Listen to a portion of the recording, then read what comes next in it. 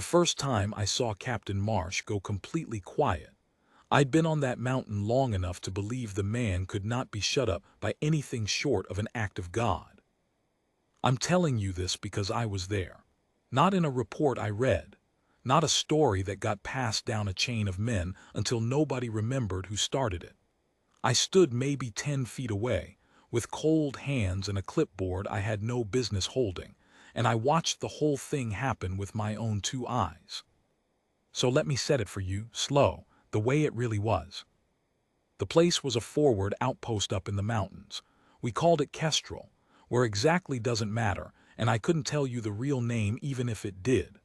High up. Cold. The kind of altitude that makes your first week feel like somebody's got a thumb pressed flat against your chest, all day, every day, until your body finally gives in and learns to breathe the thin stuff. The air up there was clean and mean. You take 10 steps with a load on your back and feel it in your teeth.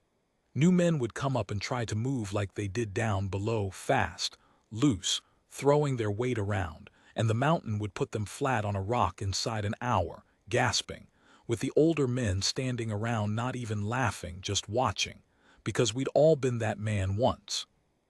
Kestrel sat on a shelf of rock. One road came up switchbacks the whole way, tight ones, the kind where the truck's back wheels hung out over nothing while the front end clawed around the bend. And one road went down, which was the same road. There wasn't another way. Either side of that shelf, the ground just stopped. You learned fast not to stand near the edge, and you learned faster not to look over it for too long, because something about all that empty air pulled at you. There were maybe 60 of us on a good week, fewer when the weather closed the road. We had a cluster of low buildings, half of them dug back into the rock, a command shack with the comms in it, a motor pool with 2 trucks that ran and one that we kept for parts, a generator that we loved like a family member and cursed like an enemy, and a flag that the wind had chewed down to threads. The weather did whatever it wanted and never asked us. Mornings could come up blue and dead still, so quiet you could hear a man cough on the far side of the post. And by afternoon the clouds would climb up the valley like smoke pouring uphill, and they'd swallow the lower road first, then the motor pool, then the whole world, until you couldn't see the man standing arm's length from you. The wind at night got so loud you'd swear there were voices in it, people calling, just under the howl, never quite words. Some of the older guys slept with plugs in their ears, and when I asked one of them why, he said it wasn't for the wind. It was for after, when the wind dropped at 3 in the morning and the silence came down on the post like a lid. That, he said, was the part that got into your head. I was a specialist back then. Prout. Bottom of the heap, more or less. My job on any given day was whatever nobody senior wanted to do, and on this particular morning that meant standing at the receiving point with a clipboard, logging in an arrival. We didn't get many arrivals. Resupply, sure, that came on a schedule when the road allowed. People rotating out all the time, everybody wanted off that rock eventually. People rotating in, though, rare. Nobody requested Kestrel, you got sent. So when the radio crackled mid-morning that a single passenger was coming up the road, one person, on a beat-up supply truck that wasn't even one of ours, the whole post got curious in the slow, starved way that men get curious when nothing's happened in 3 weeks. Captain Marsh got more than curious. He got annoyed. And I need to tell you about Marsh now, because you cannot understand one thing that happened that day without first understanding the man. He was on paper a good officer. I'll give him that, and I'll keep giving it to him even after everything because it's true. He was fit, really fit. The kind that didn't show off but showed up, first on every hard task, last to quit. His uniform stayed sharp even up there where the dust got into the weave of everything you owned and never came out. He had a voice that carried across the whole shelf without a radio, a parade ground voice, and he used it the way some men use their hands, to push the world into the shape he wanted. But his real talent, the thing he was proud of, the thing he'd built his whole self around, was reading people, fast. He'd look at a man for about 4 seconds, boots, how he stood, what his hands did when nobody told them to do anything, And Marsh would have you filed away, sorted, judged, done, good soldier, lazy, liar, coward, reliable. He'd slot you and move on. And here's the poison of it. He was right often enough that it had ruined him. He'd been correct about so many men, so many times, that somewhere along the way he'd stopped allowing for the possibility that he could ever be wrong. The being right had hardened in him like a callus. He didn't read people any more so much as confirm what he'd already decided in the first second. The other 3 seconds were just for show. We knew it. We worked around it. You learned to stand a certain way in front of Marsh, to give him the version of you he wanted to file, because the file was permanent. Once Marsh decided what you were, that was the man you'd be on Kestrel until you left it. So the truck came grinding up the last switchback a little after 10, engine sounding like it had personally given up on living. It hauled itself onto the shelf in a slow cloud of dust. The driver, some supply runner I'd never seen, clearly not ours, easing it to a stop at the receiving point. The dust drifted past us and settled. The door opened. And out stepped a woman. She wasn't big. That's the first thing anybody noticed, and it's the first thing that started the whole mess, so I'll start there too. Average height, maybe a touch under. Lean, but not the gym kind of lean, not the lean that's for show. The other kind. The kind that doesn't read as strong until you watch how it moves, and then you realize there's nothing on the frame that isn't doing a job. She dropped down off that high truck step without using her hands. Small thing. I noticed it anyway, and I've thought since about why. People who have carried real weight their whole working lives move differently than the rest of us. They don't reach for things to steady themselves, because they've spent years being the steady thing. She came off that step and landed easy and quiet and already had her eyes moving over the post, the buildings, the edges, the road behind her, the men in front of her reading it, the way Marsh read men except slower. More careful, taking it in instead of slotting it. She had on a uniform I couldn't make sense of. No patches I could read from where I stood. No name tape that I could see at all. Nothing that told you who she was, what she did, or where she'd come up from. Up on Kestrel, everybody knew everybody's whole business inside a day. There was nowhere to hide it. And here was a person who'd arrived telling you exactly nothing, and seemed comfortable that way. But it wasn't her that got the men murmuring. It was the gear. She went around to the back of the truck and started pulling her kit down off the bed. The driver moved to help and she waved him off, polite but final, and did it herself.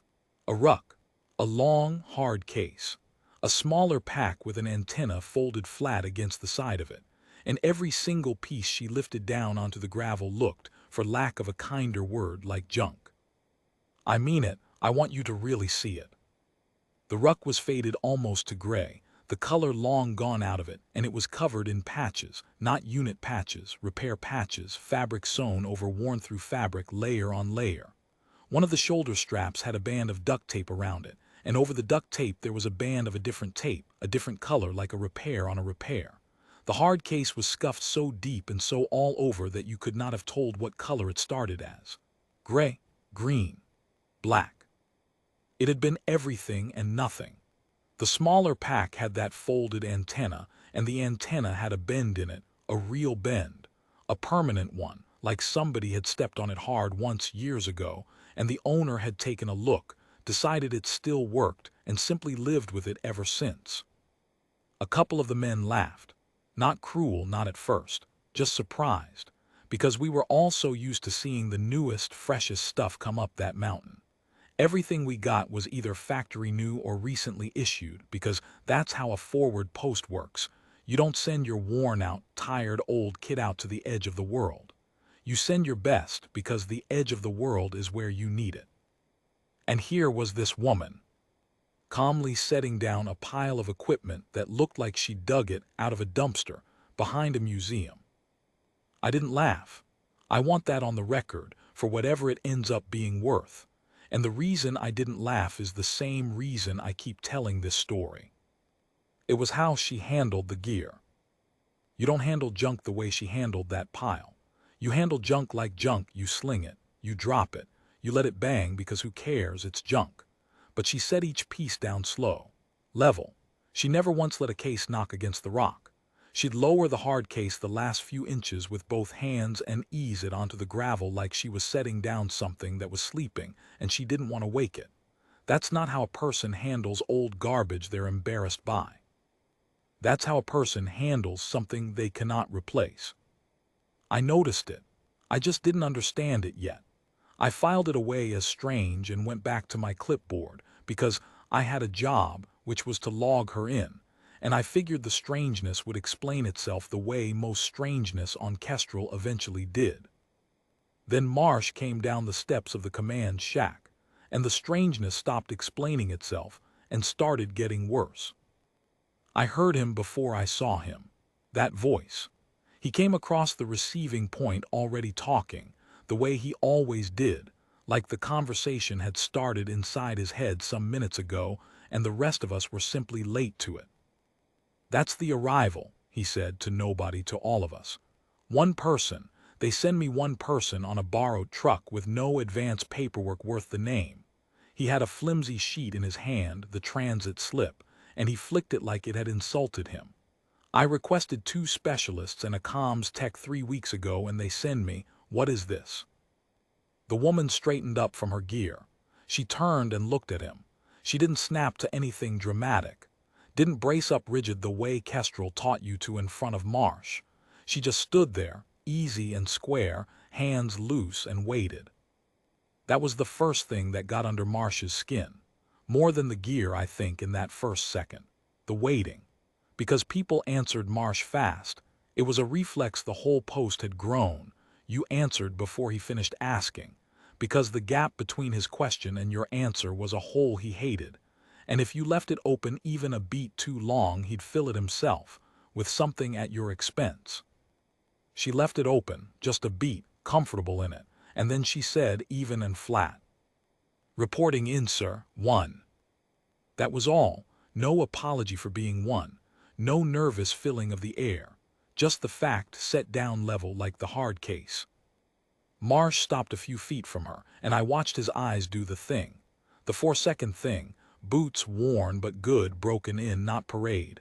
Posture easy, too easy, no fear in it. Hands still. Gear, the pile of taped-up junk on the gravel. 4 seconds, and I watched him decide. "And what?" he said, looking down at the pile, loud enough now for the whole crowd that was gathering, loud enough that it stopped being a conversation and became a performance. "In the name of everything holy is that?" She didn't answer right away. There it was again, that beat of silence she was so comfortable inside and that Marsh couldn't stand. He waited, and when she didn't rush to fill it, his jaw tightened a fraction. Then she said, "My kit, sir." Flat, polite. No edge to it at all, which somehow made it land harder than any edge would have.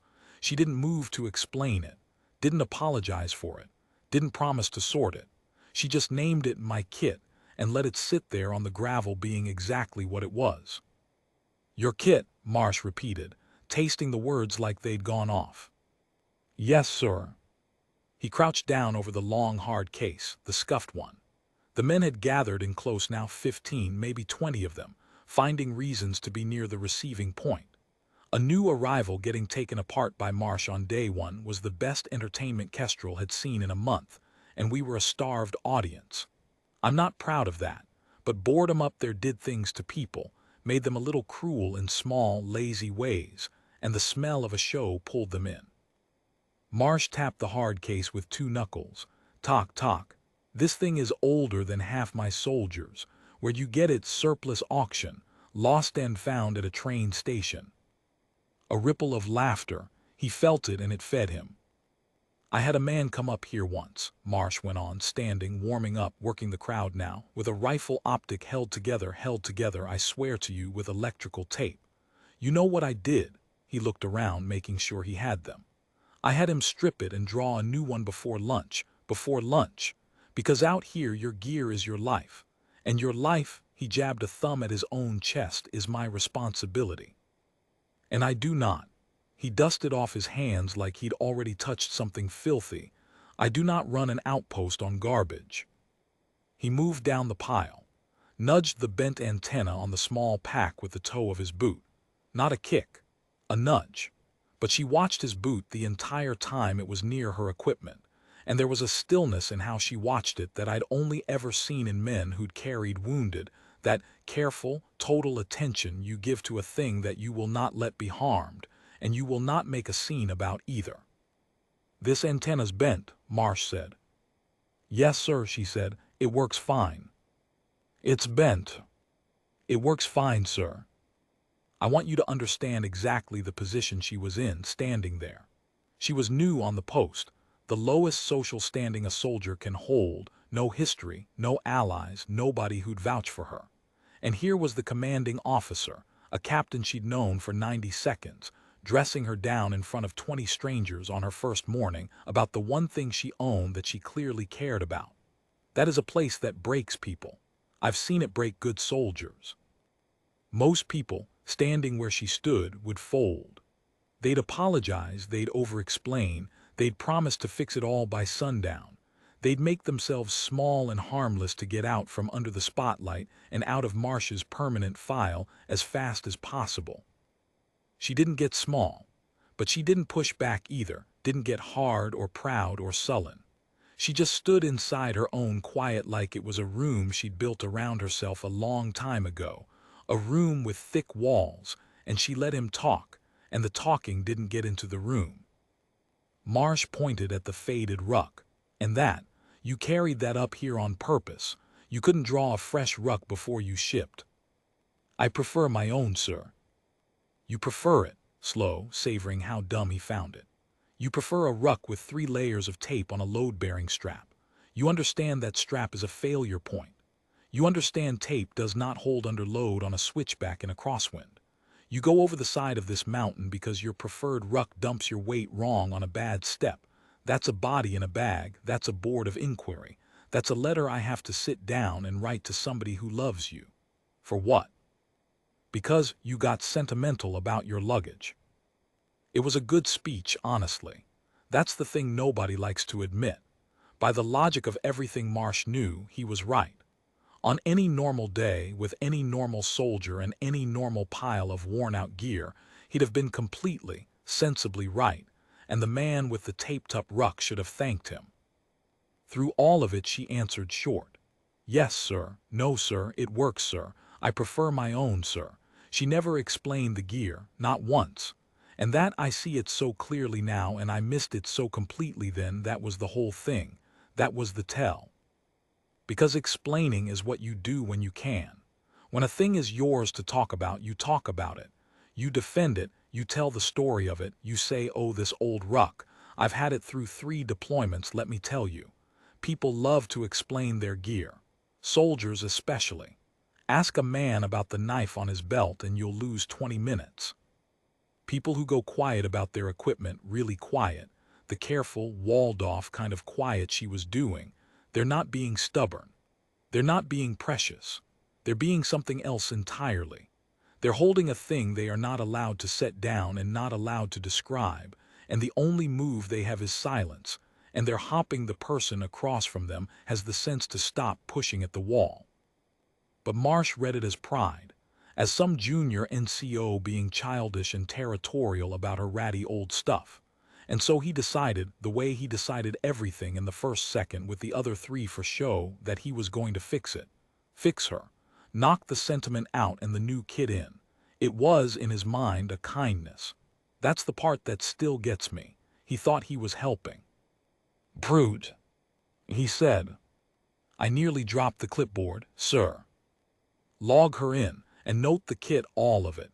We're going to inventory every piece properly, and anything substandard gets replaced from stores today. I am not having taped-up museum pieces on my post." He turned back to her. "You'll draw new gear by end of day. That's not a punishment. That's me keeping you alive." And here, right here, was the only moment in that whole first scene where her quiet cracked. Just a hairline. She glanced down at the scuffed hard case on the gravel, the one Marsh had knocked his knuckles against, and something moved behind her face, and she said, "Sir, that case stays with me. It does not go to stores. It does not get inventoried by this post. The receiving point went still. You did not tell Marsh what stayed and what went. Not on his rock. I watched his whole body change, the easy showman's posture dropping away, the spine going straight, the file in his head flipping to a new page titled Insubordinate. Everything, he said, and his voice had dropped, which was worse than loud, goes through inventory. Everything gets logged. Everything gets assessed. That is not a request, Sergeant.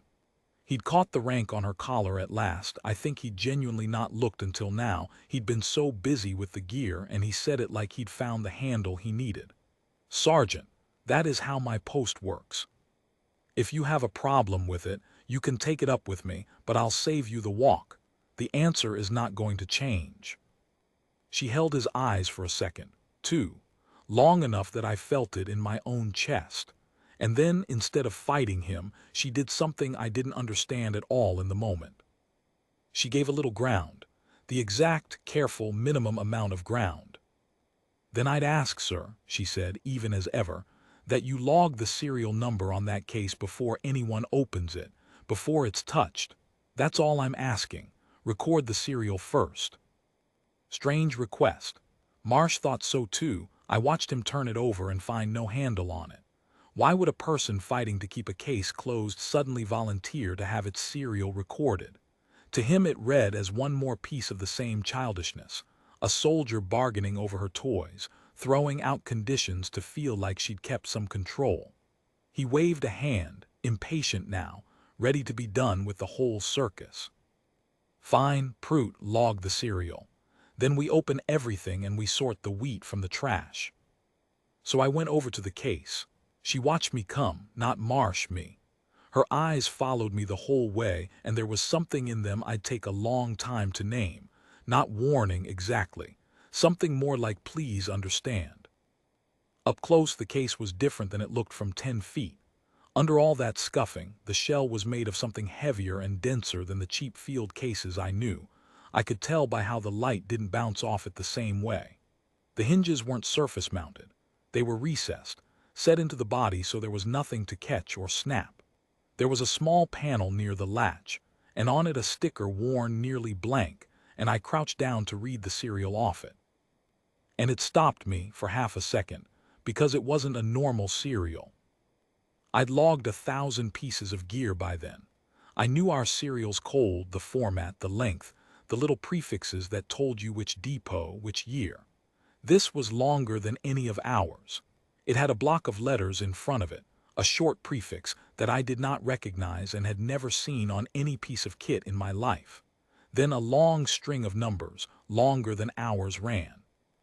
I copied it onto the clipboard, careful, character by character, double-checking each one against the warn sticker, because half of it was nearly gone and I didn't want to get it wrong. Letter, letter, letter, dash, numbers, numbers. I read it back to myself once under my breath to be sure. Got it, sir, I said, straightening up. And the sergeant looked at me, only at me. Marsh might as well have been on another mountain. And she said, low, almost gentle, just for the two of us. You don't have to be the one to open it. I didn't understand. I still had the clipboard in my left hand, and I reached for the latch with my right because the captain had said open it. And on Kestrel, when the captain says open it, you open it. That's the whole of your job and the whole of your safety, doing what the captain says. My fingers were maybe an inch from the latch.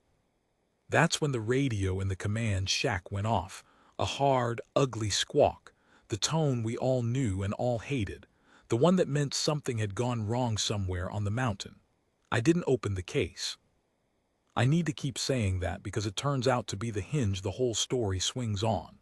The radio squawked, Marsh's head snapped toward the command shack, the entire receiving point crowd broke and scattered toward their stations, and the case stayed shut on the gravel with my fingertips still an inch off the latch.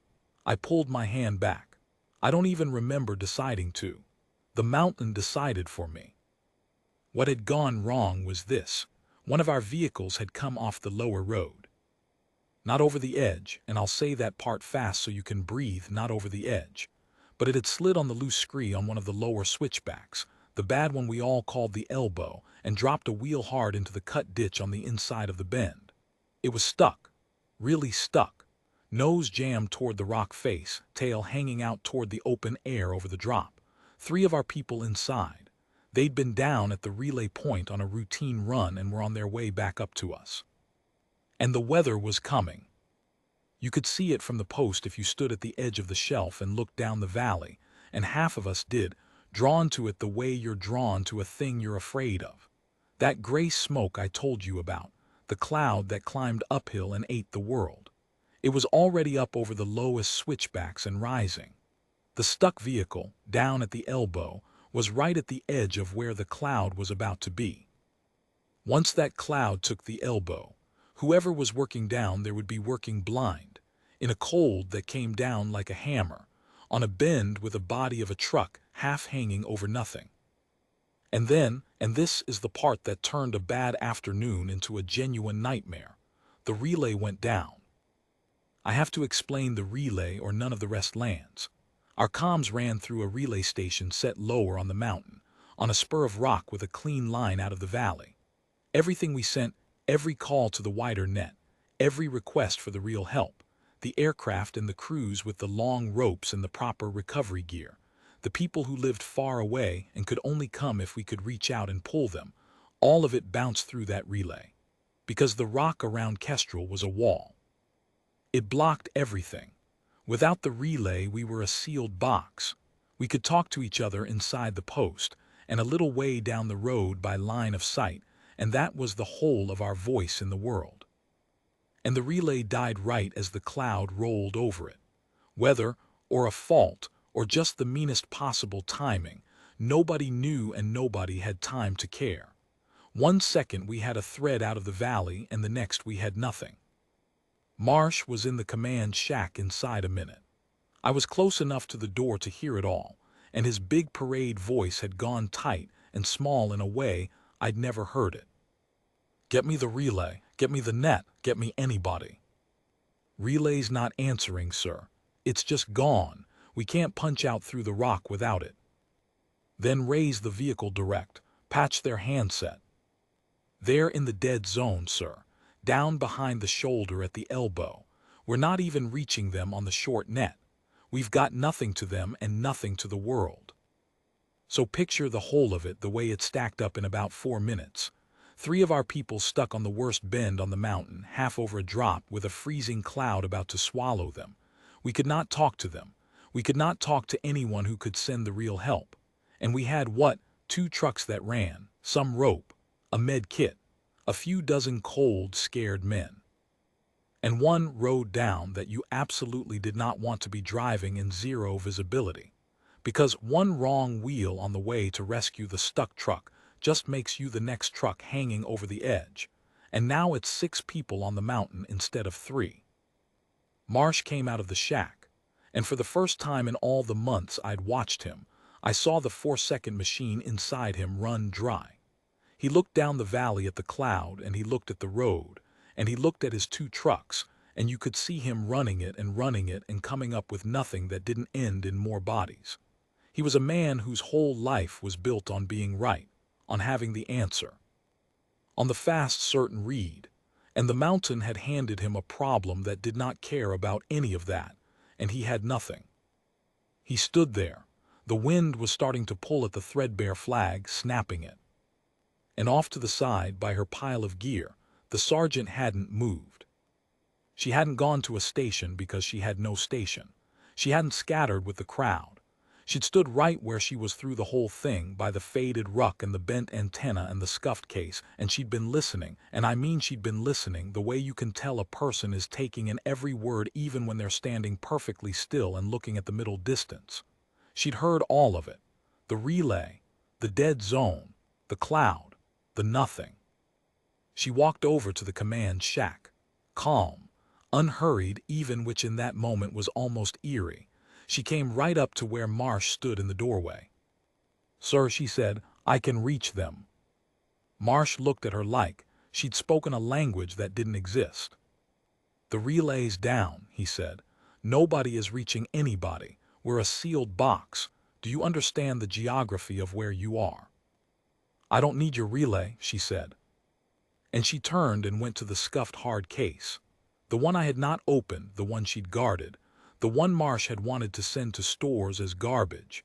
And she knelt by it on the gravel, and she ran her thumb along the latch and did something to it that I didn't quite catch, some small thing, and it came open. I'd built that case up in my head as full of something out of a film. It wasn't, not in that way. It was full of equipment, dense, dark, packed into foam that had been cut to the exact shape of each piece, so there wasn't a millimeter of slop, nothing to shift or rattle. There was a unit about the size of a thick book, matte and plain, with a face full of small ports and one worn dial and a couple of switches under little guards, a coiled cable, a handset, and a different antenna than the bent one. This one folded out in segments that locked, segment by segment, into a long, clean line.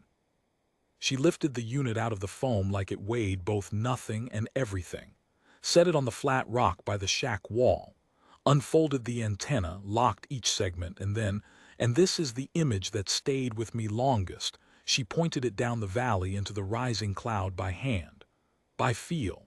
No mount, no compass laid out, nothing.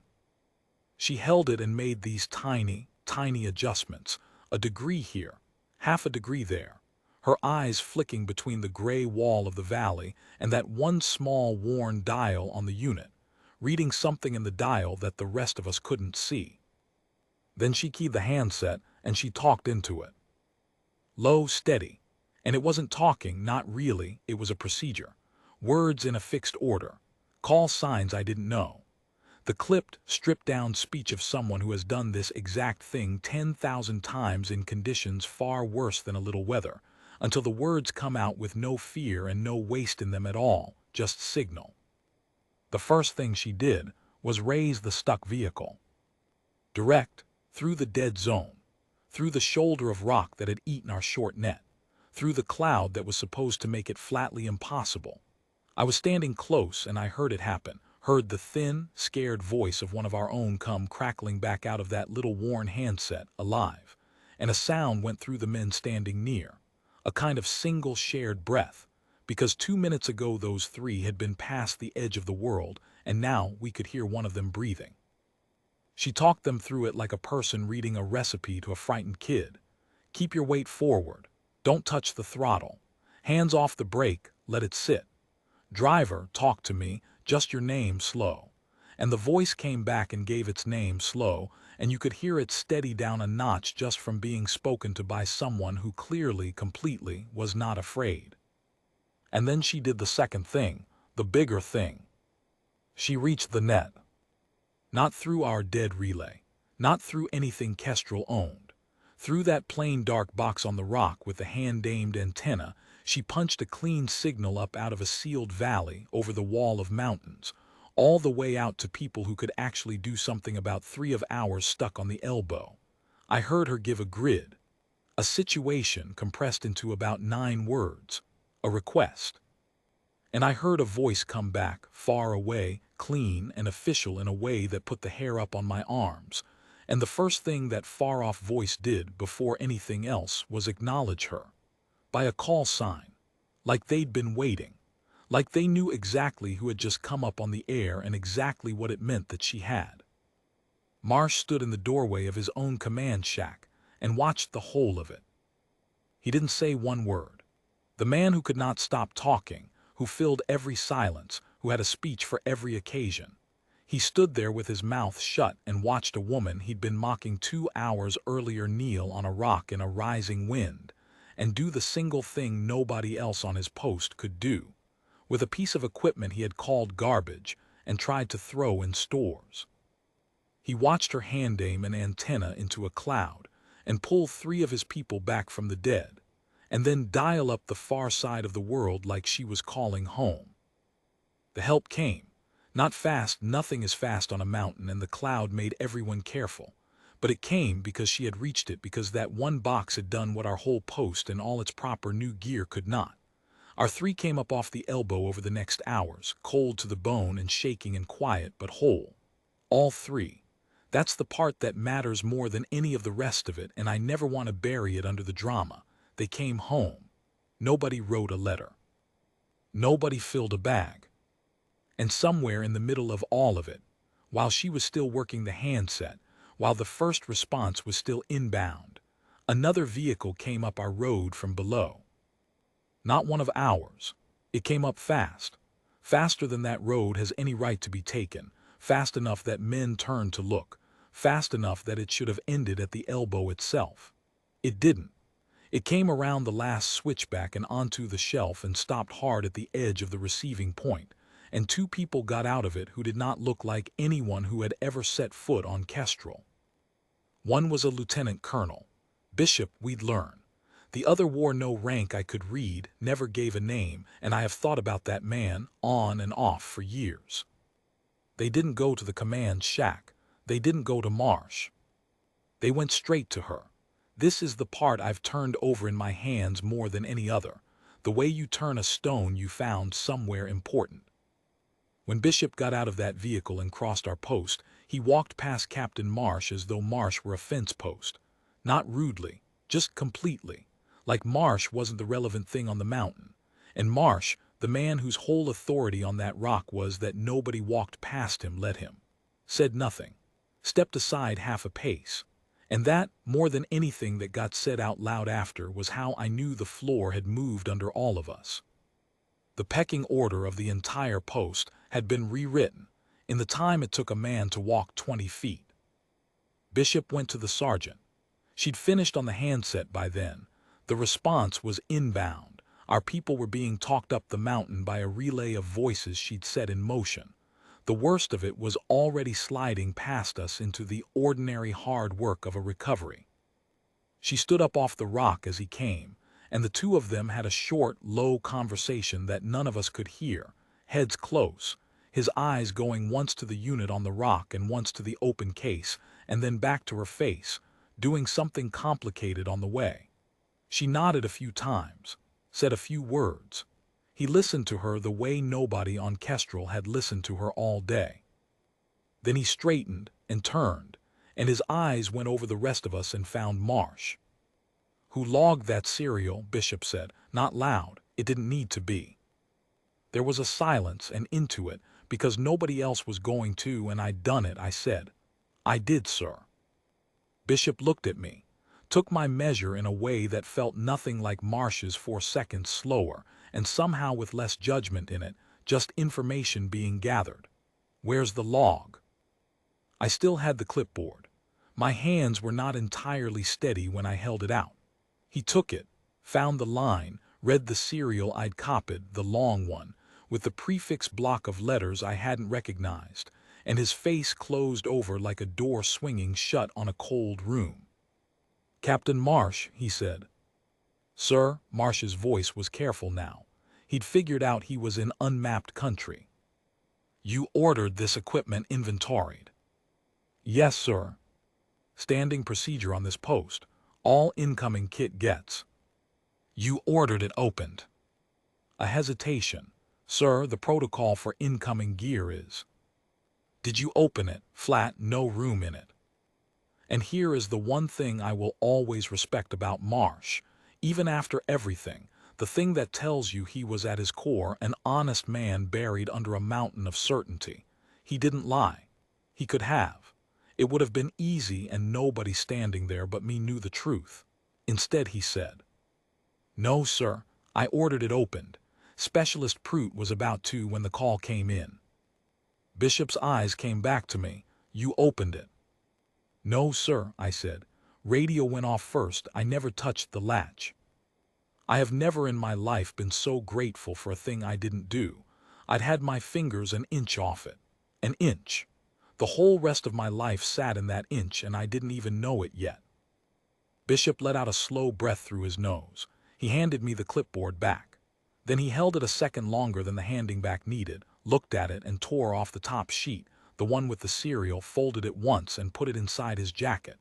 Then he tore off the sheet under it, the one that had taken the press-through of my pen, the ghost of the serial and the indentations, and pocketed that one too. He did it without asking anyone's leave. Nobody moved to stop him. You did not stop a man doing a thing like that. The way you do not put your hand out to stop a closing blast door. That equipment, Bishop said to Marsh, quiet, even in front of all of us, which was its own kind of mercy and its own kind of blade, is classified at a level you are not cleared to know exists.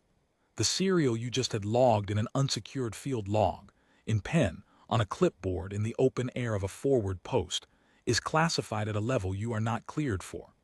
The case you ordered a specialist to open with his bare hands on the gravel is classified at a level you are not cleared for. Do you understand what I am saying to you? It wasn't a question. Marsh stood very still and didn't try to make it one. The sergeant, Bishop went on, told you to log the serial before anyone opened the case. Do you know why she did that? Marsh didn't answer. His jaw worked once. Because the serial is a tripwire, Bishop said. It is tied to a system. The moment it is entered anywhere, certain people are notified and they move. She knew that. She knew that if that serial went into a log, we would come fast up a mountain in a storm if we had to, and that we would handle it correctly. She was trying to do the right thing inside your wrong order. She gave you the one instruction that would bring the right people before the wrong hands could do any harm, and she dressed it up small enough that you'd let her have it. She told you the case stays with her. She told you not to open it. She gave you every chance, in plain words, to simply leave the thing alone. He let that sit. And you ordered it opened anyway, because you decided in how long, Captain, 4 seconds, that you already knew exactly what you were looking at. I have never heard a place that quiet. The wind itself seemed to ease off, like even the mountain had stopped to listen. You called it garbage, Bishop said, and there was no anger in it, none, and that was the worst of all, because anger you can stand against, but this was just a man laying down true things one at a time. You stood your soldiers around it and you put on a show. You nudged it with your boot. That equipment did more in 20 minutes on your rock today than this entire post could do without it. It reached through a storm and a dead zone and a wall of rock, and it pulled 3 of your people off the elbow, and then it called us over terrain that has no business carrying a human voice. And your professional judgment, Captain, the judgment you are so sure of, was to send it to stores as trash.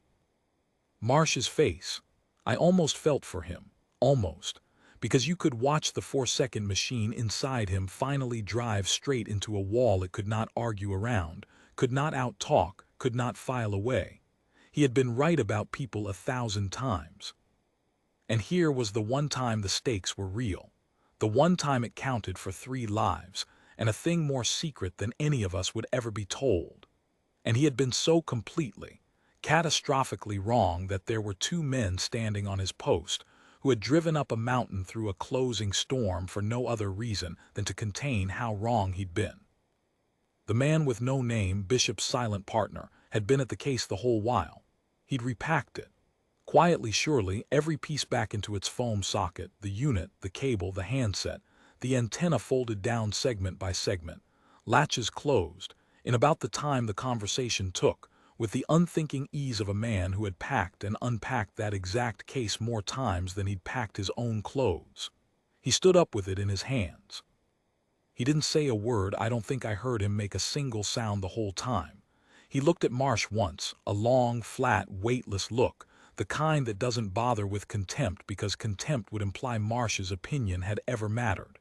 And then he looked at me, and he gave me a small nod, just the tip of the chin. And I understood it as clearly as if he'd spoken. You didn't open it. Good, carry on. The sergeant hadn't said a word through any of Bishop's speech. She'd let him carry it, the same exact way she'd let Marsh carry the morning. And standing there, I finally understood the quiet. It wasn't pride. It had never been pride or stubbornness or sentiment about old gear. It was discipline, the deepest kind I have ever seen in a human being before or since. She had carried a thing she was forbidden to name, into a place that had no idea what it was, in front of a man bent on dragging it into the open, and she had protected it without ever raising her voice, without breaking a single rule, without telling one secret she wasn't cleared to tell. And every word she'd said all day had been true. It's my kit. It works fine. The case stays with me. Log the serial before anyone opens it. Every word of it, the literal truth. And every word of it a fence she was quietly building around something she could not describe, hopping, gambling, that the man on the other side of the fence would have the plain good sense to stop at it. He hadn't, he'd come straight over it.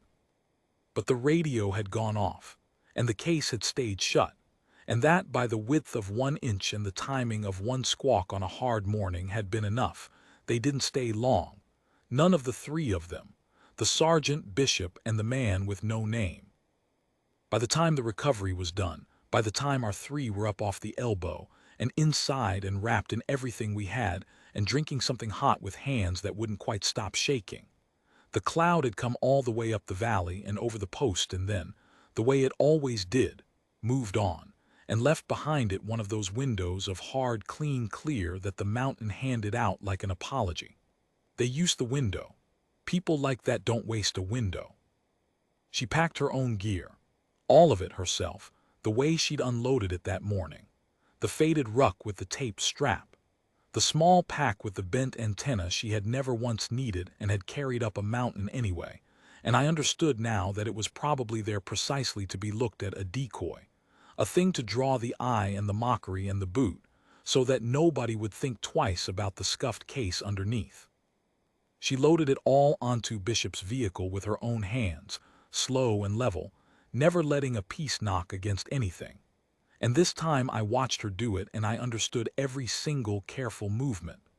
I'd have helped her if I thought for 1 second she'd let me, but she wouldn't have, and we both knew it, so I just stood and watched and tried to memorize it. Before she climbed in, she came over to me. I braced. I didn't know for what. A warning, maybe. You didn't see this. You don't remember a serial. You keep your mouth shut. That's what I'd have expected. That's how it goes in every version of this you've ever heard. Instead, she stopped in front of me, and she looked at me square, the way she'd looked at the whole post when she stepped off that truck, and she said, "You logged it clean, every character right the first time." A small pause. "And you didn't open it." She held my eyes. "That mattered, more than you'll ever be told. Thank you." That was all. No threat. No script. Just that. Then she got into the vehicle, the doors shut, and Bishop took it down our road careful and steady, around the switchbacks, past the elbow where the marks of the recovery were still raw in the scree, down into the last of the clear, and then around the bend and gone. And that was the last anyone on Kestrel ever saw of her. We never learned her name. I understood later that the bare name tape had been on purpose, like the bent antenna, a blank where a thing should be, so your eye would slide off it. We never learned what the case held, or where she was carrying it, or what she did, or who she really was, or what those letters at the front of that serial stood for. There was no report we were permitted to write about any of it, and Marsh, and this is the closest thing to wisdom I ever saw the man show, made certain none got written. The whole day just folded up quietly, the way the antenna folded, segment into segment, and went down the mountain in a stranger's vehicle and was gone. There was a mirror to it, in the months after, that I have to tell you about, because it's how I know the day actually changed something and wasn't just a story we told ourselves. A long while later, a young soldier came up that same road, green, nervous, first posting, and he had with him a beat-up old field knife, the handle wrapped in cord that had gone black and shiny with years of somebody's hand. Belonged to his father, it turned out, who'd carried it somewhere none of us would ever know about. And one of the other men, bored in that lazy, cruel way the mountain bred, started ribbing him about it. "What is that? A museum piece? You dig that out of a dumpster," the exact register, almost the exact words, that the whole post had aimed at the sergeant's gear that first morning. The crowd started to gather, smelling a show. And Marsh, who would have led that ribbing once, who'd have crouched down and tapped the thing with 2 knuckles and worked the crowd, Marsh just looked over and said, quiet, in a voice with all the performance gone out of it, "Leave his kid alone." The crowd stalled. "You don't know what it is to him," Marsh said, and then, after a beat lower, almost to himself, and you don't know what it is." And he turned and walked back into the command shack, and the show fell apart for lack of a showman, and the young soldier kept his father's knife, and that was that. The 4-second machine never fully died in Marsh. I don't think a thing like that ever does, in a man who built his whole self on it. But it slowed. After that day, I'd watch him meet new arrivals and wait. Hold off. Let the silence sit a beat longer than he used to, the very silence he'd hated, like he was deliberately leaving a little room in the world for the possibility that he was looking at something he could not read. He never told anyone why. I don't think he could have explained it without telling a story he wasn't allowed to tell, but I knew why. I was the only one left who'd logged the serial. I thought about her every time the cloud came up the valley after that. Every time. I'd stand at the edge of the shelf and watch the gray climb, and I'd think about her kneeling on that rock with the wind rising, holding an antenna into the storm by hand, by feel, reaching through a whole mountain to pull 3 strangers home, and then carrying her secret back down the road without ever once needing us to know how much we owed her, without ever once collecting on it. Because here is the thing I finally understood, standing up there on Kestrel with my empty clipboard, and the torn-off pages gone into a stranger's jacket, and her vehicle long since around the bend. The most dangerous person in any room is almost never the loudest one. It's not the man with the parade voice and the 4-second eyes and the speech ready for every occasion. It's the quiet one in the worn-out gear, the one who lets you laugh, who lets you judge, who lets you crouch down and tap her whole life with 2 knuckles and call it garbage, and stands there easy inside a room she built a long time ago, and lets you assemble your entire confident little case for why she doesn't matter. And never once tells you that the only reason you can't read her is that you were never cleared to.